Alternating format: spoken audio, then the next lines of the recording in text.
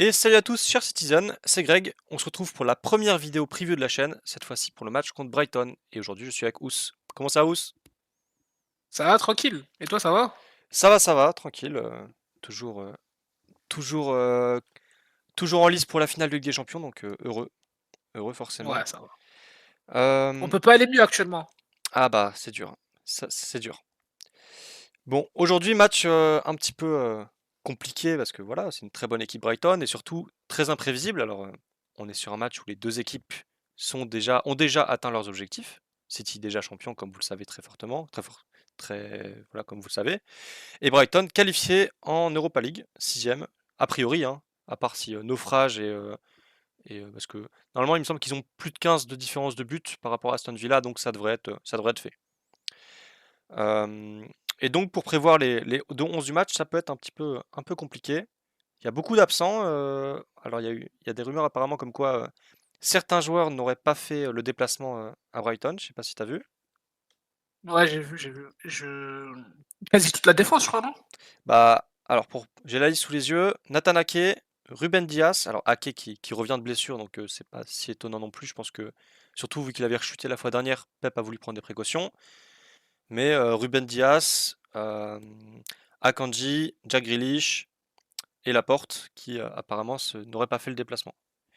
Donc ouais, Ouais, ça fait beaucoup, hein. 4 défenseurs en moins, va falloir bricoler. Il va falloir Mm. bricoler. Tu penses du coup, vu ses absences, au niveau de la défense, tu verrais qui toi aujourd'hui?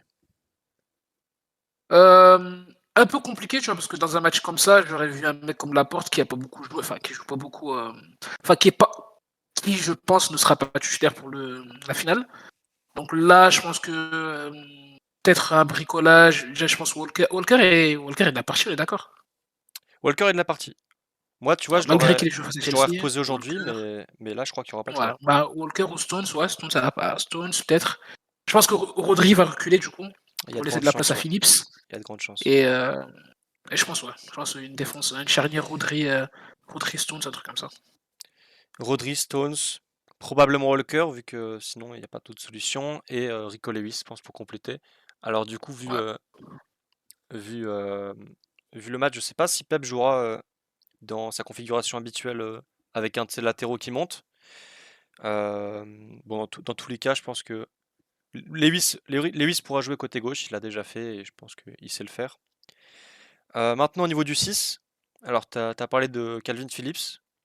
Alors, de toute façon, il y a pas mille choix, hein. Pour moi, c'est soit lui, soit Gundogan. Ah. Ouais, Tu vois je Phillips, pense toi? qu'il va enchaîner. Ouais, je pense qu'il va enchaîner parce que c'est un mec qui a coûté cher et Ouais.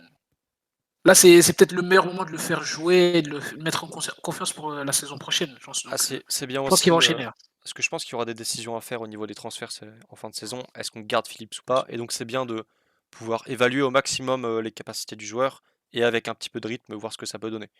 Donc, probablement Phillips. Euh, plus haut, plus haut milieu de terrain, Gundogan probablement. Je sais pas ce que tu en penses. Il n'a pas eu tout Ouais, joué le dernier match, sûrement, donc sûrement, il sûrement. y a des chances qu'il revienne. De Bruyne, tu le vois reposer, toi?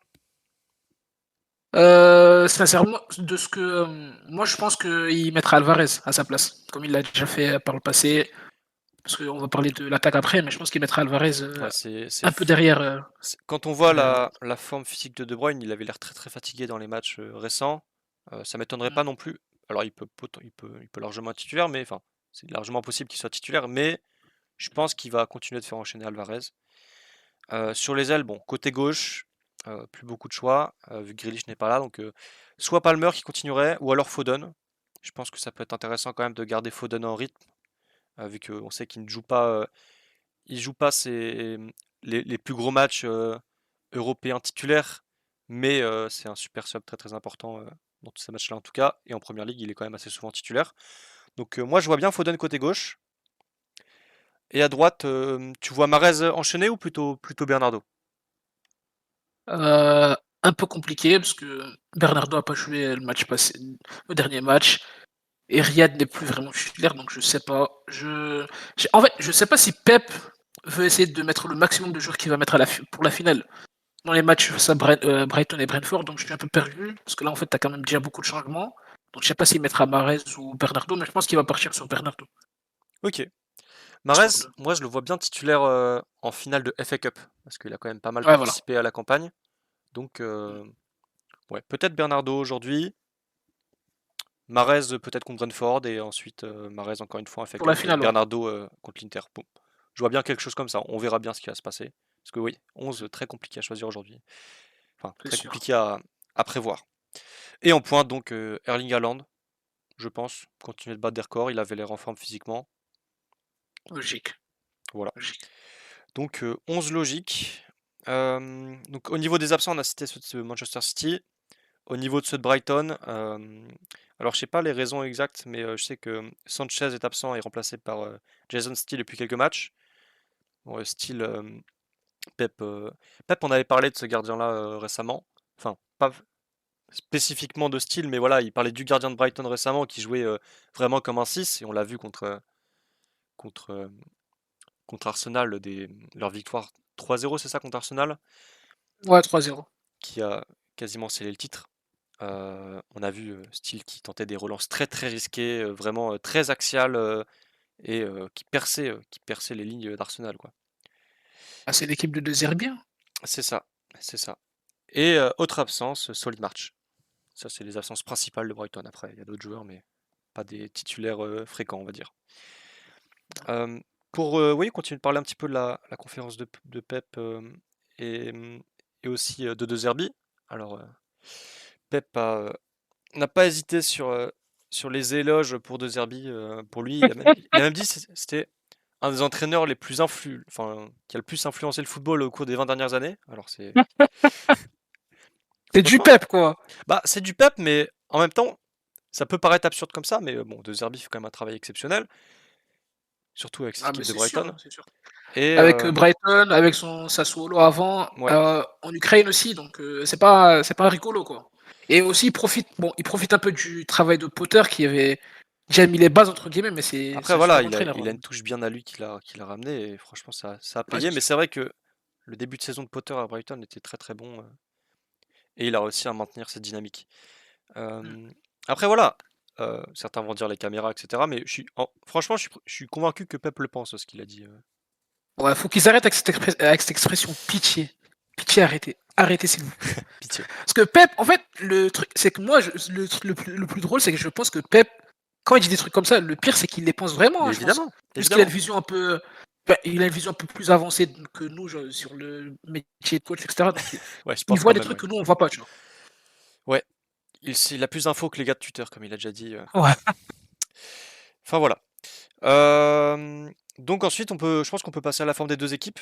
Alors, depuis que Brighton sont montés en première ligue, donc voilà, c'est aussi toute compétition confondue quand même, donc depuis 2017, les équipes se sont affrontées 12 fois, si je dis pas de bêtises, 11 fois en championnat, une fois en cup, et 11 victoires pour City et une défaite.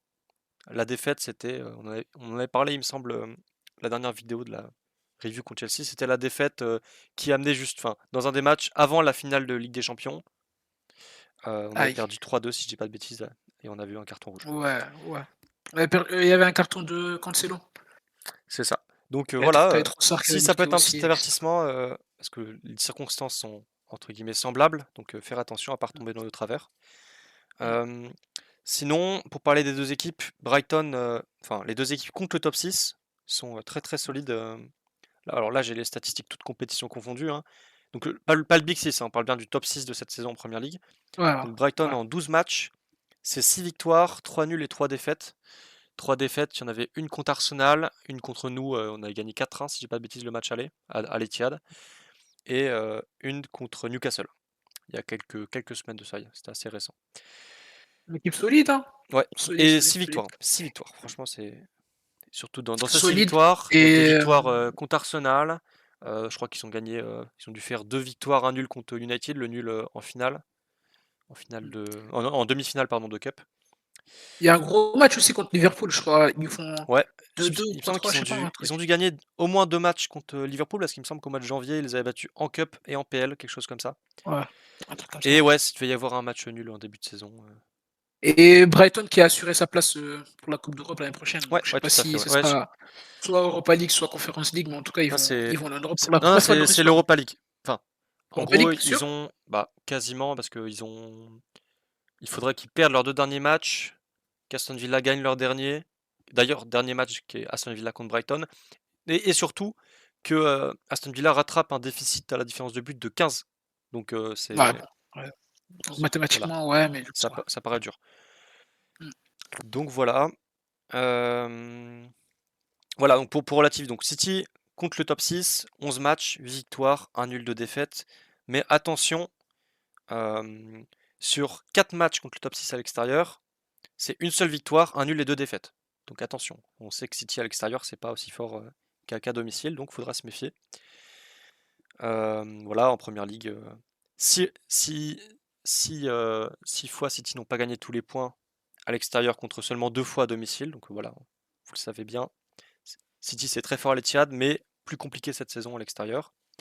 Et pour les séries en cours, City sont invaincus depuis 24 matchs. Invaincus depuis la défaite contre Tottenham chez eux, si je dis pas de bêtises. Ouais, d'ailleurs, en parlant de Pep, il a dit après qu'on ait gagné le triplé, enfin si on gagne le triplé, prochain objectif la saison prochaine, premier objectif, c'est de marquer un but au Tottenham Hotspur Ouais, Stadium. C'est assez révélateur de comment Tottenham nous a rendu depuis 2019. très très compliqué ce déplacement. Et ouais, on attend ne serait-ce même pas qu'une victoire, un nul ce serait déjà sympa. Mais bon, peut-être en tout cas c'était pas pour cette année. Pour la forme de Brighton, alors c'est assez variable ces temps-ci, c'est-à-dire que on a des défaites 5-1 contre Everton, puis le match d'après, les mecs gagnent 3-0 contre le Dauphin Arsenal. Donc attention, faut se méfier. Euh, Là, dernier match, il me semble qu'ils ont gagné contre. C'était quoi alors? C'était devait être Southampton, si je dis pas de bêtises, pour. Ouais, victoire Dernier 3-1 match ce week-end? contre Southampton de Brighton Ouais. pour assurer la place européenne. Avant Ouais. ça, défaite 4-1 contre Newcastle. Bon voilà, c'est une équipe qui est pas si régulière que ça, mais qui, voilà, qui gagne quand même assez souvent et ils méritent largement leur sixième place. Et voilà, donc au niveau des enjeux du match, bon, on l'a déjà dit, a priori les objectifs sont déjà atteints. City, on en a parlé dans la vidéo précédente, maintenir une forme et la confiance euh, avant nos deux finales. Euh, Brighton, c'est leur dernier match à domicile. Il y a pas mal de joueurs sur le départ chez eux. Caicedo, McAllister. McAllister, ça en parle à Liverpool, mais il me semble que City aussi était surveillé le dossier, donc à voir comment ça va se dérouler. Tu prendrais toi McAllister à City? Euh, En fait, le marché des milieux est tellement genre, il y a tellement peu de monde. Parce qu'à Je, la base, je je pense suis que pas, City, je ils suis avaient pas tout tant le monde. d'accord que ça, mais Je pense que, bah, il y avait déjà, bah, on était sur Bellingham qui a l'air promu au Real. Je sais pas, pour remplir le rôle, enfin, ce dont on a besoin. Bon, il y après a des oui, Kimmich, etc. Genre. Il y a Kimmich, il y a Verratti, mais est-ce que c'est des mecs que tu mets en 8 à la place de Gundogan? Pas vraiment, tu vois, alors donc tu vois, il y a que lui, je Verratti, pense. Kimmich, bon Verratti c'est le sujet, ça pourrait même être le sujet d'une autre vidéo, hein, mais moi je le vois mal dans la tactique actuelle. Après on connaît Pep, hein, ses tactiques changent d'année en année, donc puis un joueur comme Verratti en soi de sa qualité, je pense que Pep saura trouver un système pour l'accommoder. Mm. Mais McAllister, c'est vrai que pour remplacer Gundogan, ce serait vraiment une superbe recrue à mon goût, parce que voilà, c'est un joueur qui peut évoluer assez haut sur le terrain, comme en soi assez bas, peut-être pas avec un rôle défensif dans un double pivot, mais en tout cas, il peut être meneur de jeu en retrait, on va dire. Après, il a l'air il a l'air assez promis à Liverpool aussi, c'est ça Ouais, bah un c'est ça peu le aussi le problème. problème. Mais bon, D'après, rien n'est encore parce qu'il y fait. il y a des journalistes qui ont dit que City abandonnait pas le dossier, mais que Fabrizio a répondu en disant que c'était quasi fait avec Ouais. Liverpool. Donc, Bah, je pense que c'est une piste à oublier. je pense que City aussi attendent de voir ce qui va se passer du dossier Gundogan avant vraiment de s'investir sur le marché. Je pense Ouais, aussi. c'est sûr. Et il me semble qu'il y avait un rapport récemment qui disait que Enciso, le Paraguayen, c'est ça? Ouais, et les droits paraguayens. Le jeune Paraguayen de Brighton était surveillé aussi par City. que Pep était Super fan du joueur, là, joueur. super joueur. Pour moi, pour moi, Il a pas des pour moi, stats, c'est un talent brut. des stats voilà. Pour moi, c'est vraiment un talent brut. Ouais. Donc, et aussi, Et encore jeune, Mitoma, il a 19 ans? il a 19 ans, ouais. Et Mitoma aussi qui était Ouais. surveillé, il me semble, par le club, qui fait une plutôt bonne saison en première ligue. Pas des stats flamboyantes en soi, mais bon, franchement, quand on voit les matchs en termes de percussion, etc., c'est très très fort. Et ouais, c'est un joueur qui a percé cette saison et C'est un monstre, qui pourrait être une solution. un monstre, ouais. Voilà, voilà. Est-ce que tu as quelque chose à ajouter pour ce match? Hem, garder un bon rythme, ne pas prendre le match à la légère, comme l'a dit Pep. Faut pas que les célébrations de la première ligue fassent en sorte que, enfin, les joueurs puissent prendre le match à la légère. Faut essayer de faire en sorte de gagner parce que psychologiquement, t'as besoin que cette série ait contenu. Si la série de matchs sans défaite elle s'arrête d'un coup comme ça pourrait mettre un frein et ça pourrait ne pas Ouais, être bon. Comme il y a 2 ans, faut comparer à 2 ans, faut vraiment, vraiment, vraiment enchaîner les victoires. Donc je pense qu'il faudra quand même gagner, surtout que Brighton a assuré sa place en Coupe d'Europe, donc ça ouais, va. Je pense qu'ils vont pas non plus, voilà quoi. Donc on va essayer ça, de faire ça bien ça et devrait voilà. aller. Mais, Peut-être un petit euh, mais pronostic, je sais pas. faut rester sérieux. Ouais, ouais, petit pronostic. Je vois bien une victoire courte de City de type 2-1. Qu'est-ce que t'en penses? Allez, but Ouais, d'Erling ouais. Haaland sur une contre-attaque, parce qu'on sait que Brighton étant une équipe assez offensive, ils vont probablement laisser de l'espace. Et allez, but d'Haaland et but d'Alvarez, parce qu'on sait qu'il a bien marqué quand il est titulaire. Le match aller en plus, on marque sur un but, passe décisive d'Ederson, but d'Haaland, donc tu vois. Mais là je vois allez, peut-être un 3-1, 3-1, doublé d'Haaland, but d'Alvarez comme tu as dit.